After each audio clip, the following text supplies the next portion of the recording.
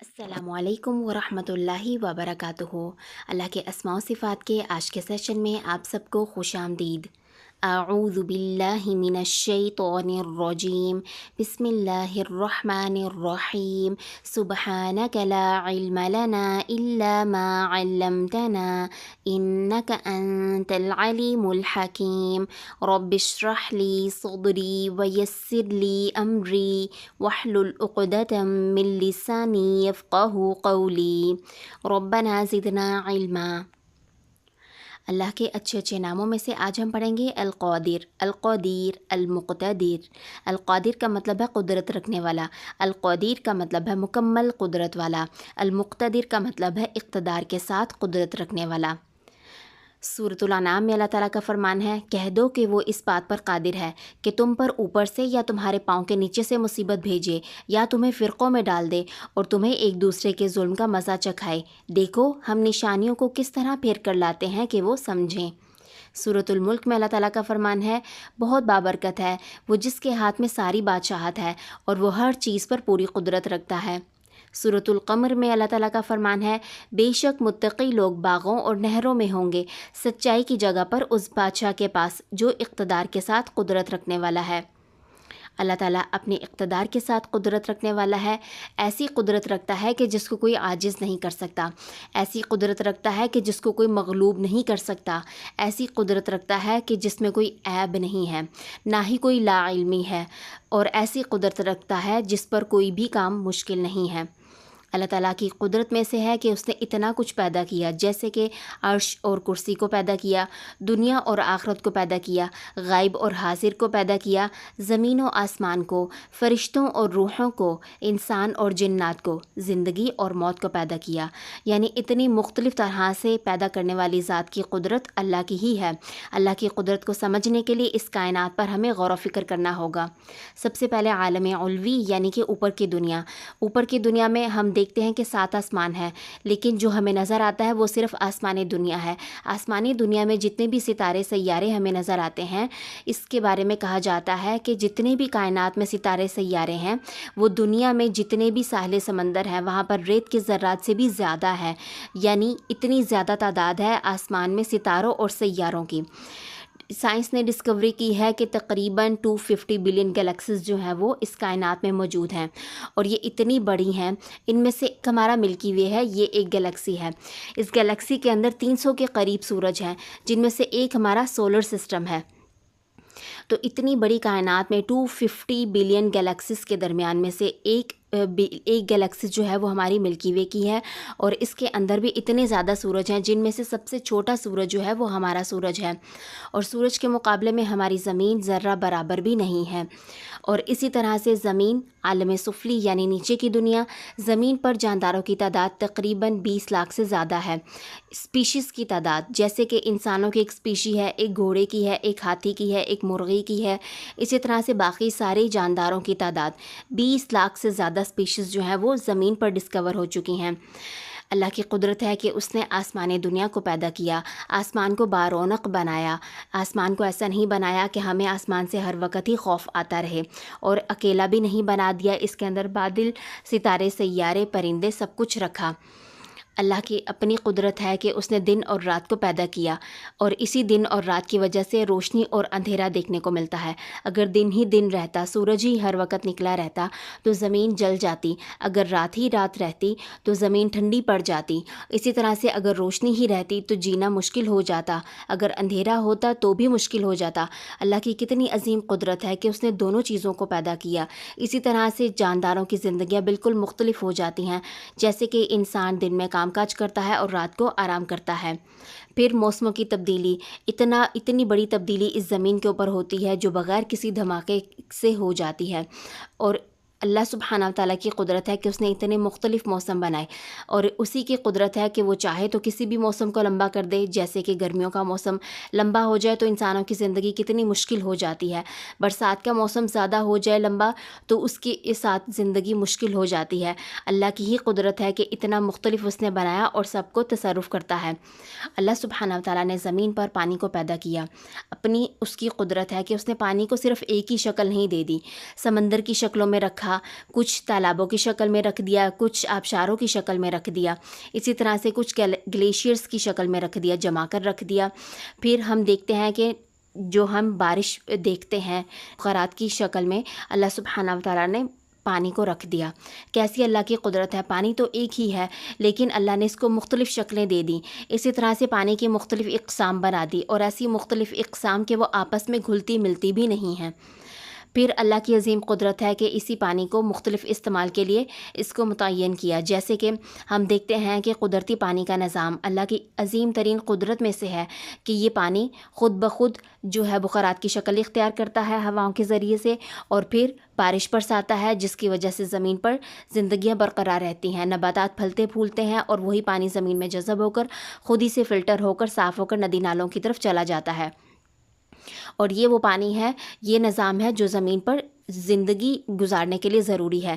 اسی طرح سے پانی کو اللہ تعالیٰ نے مختلف استعمال کے لیے رکھا، جیسے کہ پانی پینے کے کام آتا ہے۔ پانی کے بغیر انسان کی زندگی ممکن ہی نہیں ہے۔ سورۃ نحل میں اللہ تعالیٰ کا فرمان ہے، وہ وہی ہے جس نے اتارا آسمان سے پانی تمہارے لیے، اس میں سے پینا ہے اور اس میں سے درختوں کا اگنا ہے جن میں تم چڑھاتے ہو۔ جہاں اللہ سبحانہ و تعالیٰ نے پانی کو استعمال کے لیے رکھا، اسی طرح سے اللہ کی عظیم ترین قدرت ہے کہ اسی پانی سے تباہی بھی کی جاتی ہے، جیسے کہ سیلاب یا طوفان کی شکل میں یہی پانی ہوتا ہے، ہمارے استعمال میں بھی آتا ہے اور تباہی کا باعث بھی بنتا ہے۔ لیکن اس تباہی کے اوپر کس کا اختیار ہے؟ اللہ سبحانہ و تعالیٰ کا۔ انسان نہ تو کسی سیلاب کو روک سکتا ہے، نہ ہی اللہ سبحانہ و تعالیٰ کے پیدا کیے گئے طوفان کو۔ زمین پر ہواؤں کا وجود اللہ کی عظیم ترین قدرت میں سے ہے، جیسے کہ ہوا انسان کے سانس لینے کے لیے ضروری ہے۔ آوازیں ہوا میں ہی سفر کرتی ہیں، اگر ہوا نہ ہو تو پھر آواز سنائی ہی نہ دے۔ اسی طرح ہوا بارش برساتی ہے، بخارات میں تبدیل ہوتی ہے، خوشبو یا بدبو کو منتقل کرتی ہے، پودوں کی نشو و نما کے لیے کردار ادا کرتی ہے، ہوائیں گرم کرتی ہیں، ٹھنڈا کرتی ہیں۔ ہواؤں کا مسلسل تصرف ہوتے رہنا اللہ کی عظیم قدرت پر دلالت کرتا ہے۔ سورۃ فاطر میں اللہ تعالیٰ کا فرمان ہے، اور اللہ وہ ہے جس نے بھیجا ہواؤں کو تو وہ اٹھاتی ہیں بادل، پھر ہم چلاتے ہیں بادل کو مردہ زمین کی طرف، پھر ہم زندہ کرتے ہیں زمین کو اس کی موت کے بعد، اسی طرح سے دوبارہ جی اٹھنا ہے۔ اللہ سبحانہ و تعالیٰ کی قدرت ہے کہ جہاں یہ ہوائیں انسان کے استعمال میں آتی ہیں، اسی طرح سے انسان کی تباہی کا بھی باعث بنتی ہیں۔ آندھی طوفان ٹورنیڈوز کی شکل میں یہ وہ تصرف ہے جس کو کوئی روک نہیں سکتا۔ زمین پر آگ کا وجود اللہ کی عظیم ترین قدرت کی نشانیوں میں سے ہے۔ آگ کا مسلسل جلنا یا بجھ جانا اللہ کی قدرت پر دلالت کرتا ہے۔ آگ کیا کرتی ہے؟ معدنیات کو پگھلاتی ہے، کھانا پکاتی ہے، گرم کرتی ہے، حرارت دیتی ہے، جلاتی ہے۔ سورۃ الواقعہ میں اللہ تعالیٰ کا فرمان ہے، کیا پھر دیکھا تم نے اس آگ کو جو تم سلگاتے ہو؟ کیا تم اس کو پیدا کرنے والے ہو درخت سے، یا ہم اس کو پیدا کرنے والے ہیں؟ پھر ہم نے بنایا اس کو فائدے کی چیز جلانے والوں کے لیے۔ اللہ کی پوری قدرت ہے کہ وہ زمین میں جیسے چاہے تصرف کر سکتا ہے، جیسے کہ زلزلوں کی شکل میں، اسی طرح سے پہاڑوں کے بہنے یا گرنے یا آتش فشاں کے ذریعے سے تصرف کرنے کی پوری قدرت ہے۔ یہ وہ معاملات ہیں جن پر انسانوں کا کوئی اختیار نہیں، کوئی کنٹرول نہیں۔ اللہ سبحانہ و تعالیٰ اپنی قدرت سے اپنے وجود پر دلالت کرتا ہے۔ سورۃ زمر میں اللہ تعالیٰ کا فرمان ہے، انہوں نے اللہ کی قدر ہی نہ کی جیسے کرنے کا حق ہے، جبکہ قیامت کے دن زمین پوری طرح اس کے قبضے میں ہوگی اور آسمان اس کے داہنے ہاتھ میں لپٹے ہوں گے۔ وہ بلند و بالا ہے اور اس سے بلند ہے جن کو وہ اس کے ساتھ شریک ٹھہراتے ہیں۔ یعنی اللہ کی قدرت ہے کہ قیامت کے روز بھی پورا اختیار اللہ کے ہاتھ میں ہوگا، زمین اس کی مٹھی میں ہوگی، پورا قبضہ اسی کا ہوگا۔ سورۃ فاطر میں اللہ تعالیٰ کا فرمان ہے، لیکن اللہ تعالیٰ کو آسمان و زمین کی کوئی چیز عاجز نہیں کر سکتی، بے شک وہ ہمیشہ جاننے والا اور قدرت رکھنے والا ہے۔ یعنی انسان جتنی مرضی ڈسکوری کر لے، جتنی مرضی ایجادات کر لے، لیکن اللہ سبحانہ و تعالیٰ کی قدرت کے سامنے وہ ہر طرح سے عاجز ہے۔ زمین پر پہاڑوں کی مختلف اقسام اور مختلف مخلوقات اللہ سبحانہ و تعالیٰ کی عظیم ترین قدرت ہے۔ زمین پر سب سے بڑی مخلوق کیا ہے؟ پہاڑ ہیں، اور پہاڑوں کو بھی مختلف طرح سے اللہ سبحانہ و تعالیٰ نے رکھ دیا۔ کچھ سبزوں سے ڈھکے ہوئے ہیں، کچھ بنجر ہیں، اور کچھ نباتات کے ساتھ ساتھ برف سے بھی ڈھکے ہوئے ہیں۔ پتھروں کے مختلف اقسام ہیں جو کہ انسان اپنے تعمیراتی کاموں میں استعمال کرتا ہے، اپنے جواہرات کے لیے، زینت کے لیے استعمال کرتا ہے۔ مختلف اقسام پیدا کر کر اللہ سبحانہ وتعالیٰ کی قدرت واضح ہوتی ہے۔ زمین پر پانی سے نباتات کا مسلسل اگنا، ان کی حفاظت، ان کا رزق، ان کی تدبیر دلالت کرتا ہے اللہ کی عظیم ترین قدرت پر۔ پھر یہی نباتات ہواؤں کو صاف کرتے ہیں، سایہ مہیا کرتے ہیں، کھانا مہیا کرتے ہیں، لکڑی کا استعمال ہوتا ہے انہی نباتات کے ذریعے سے، اور سکون مہیا کرتے ہیں۔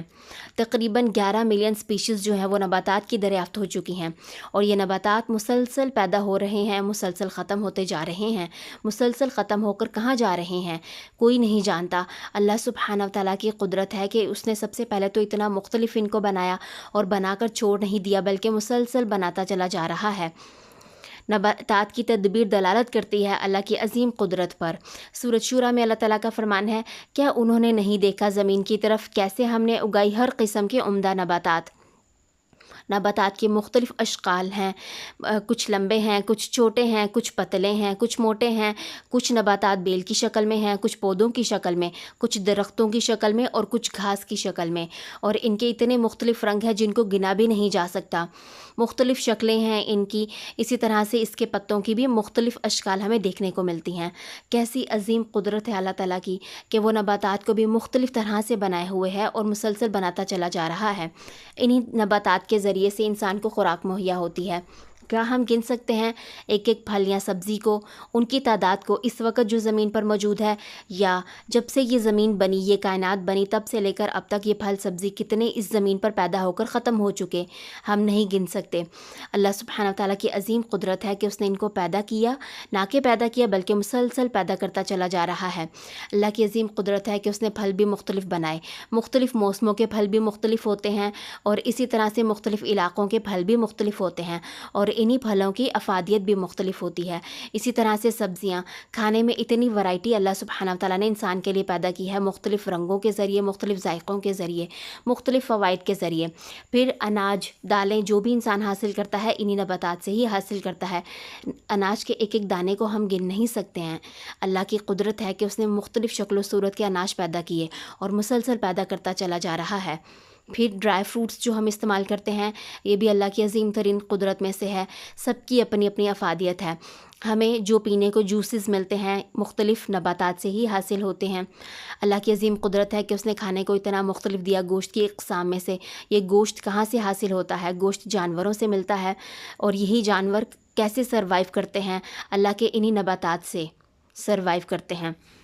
پھر اللہ سبحانہ وتعالیٰ نے جو کچھ بھی کھانے کو پیدا کیا، اس سب کو انسان کے لیے کمپیٹیبل بنایا۔ وہی آم کا ایک قطرہ انسان کے لیے زہر بن سکتا ہے، اور وہی انسان کے لیے فائدہ مند بن سکتا ہے۔ پھر ہم دیکھتے ہیں کہ بچوں کا کھانا مختلف ہوتا ہے، زندگی کے مختلف مراحل کے ساتھ کھانا مختلف ہوتا چلا جاتا ہے، موسموں کے مطابق کھانا جو ہے وہ مختلف ہو جاتا ہے۔ پھر ایک ہی کھانا ہے، وہ ایک صحت یابی والا شخص کھائے گا تو اس کو مزید صحت ملے گی، ایک بیمار شخص کھائے گا مزید بیمار ہو جائے گا۔ پھر وہی کھانا ایک انسان اپنی زندگی کے کسی حصے میں کھاتا ہے تو اس کو فائدہ ہوتا ہے، کسی اور حصے میں کھاتا ہے تو وہی کھانا اس کے لیے زہر بن جاتا ہے۔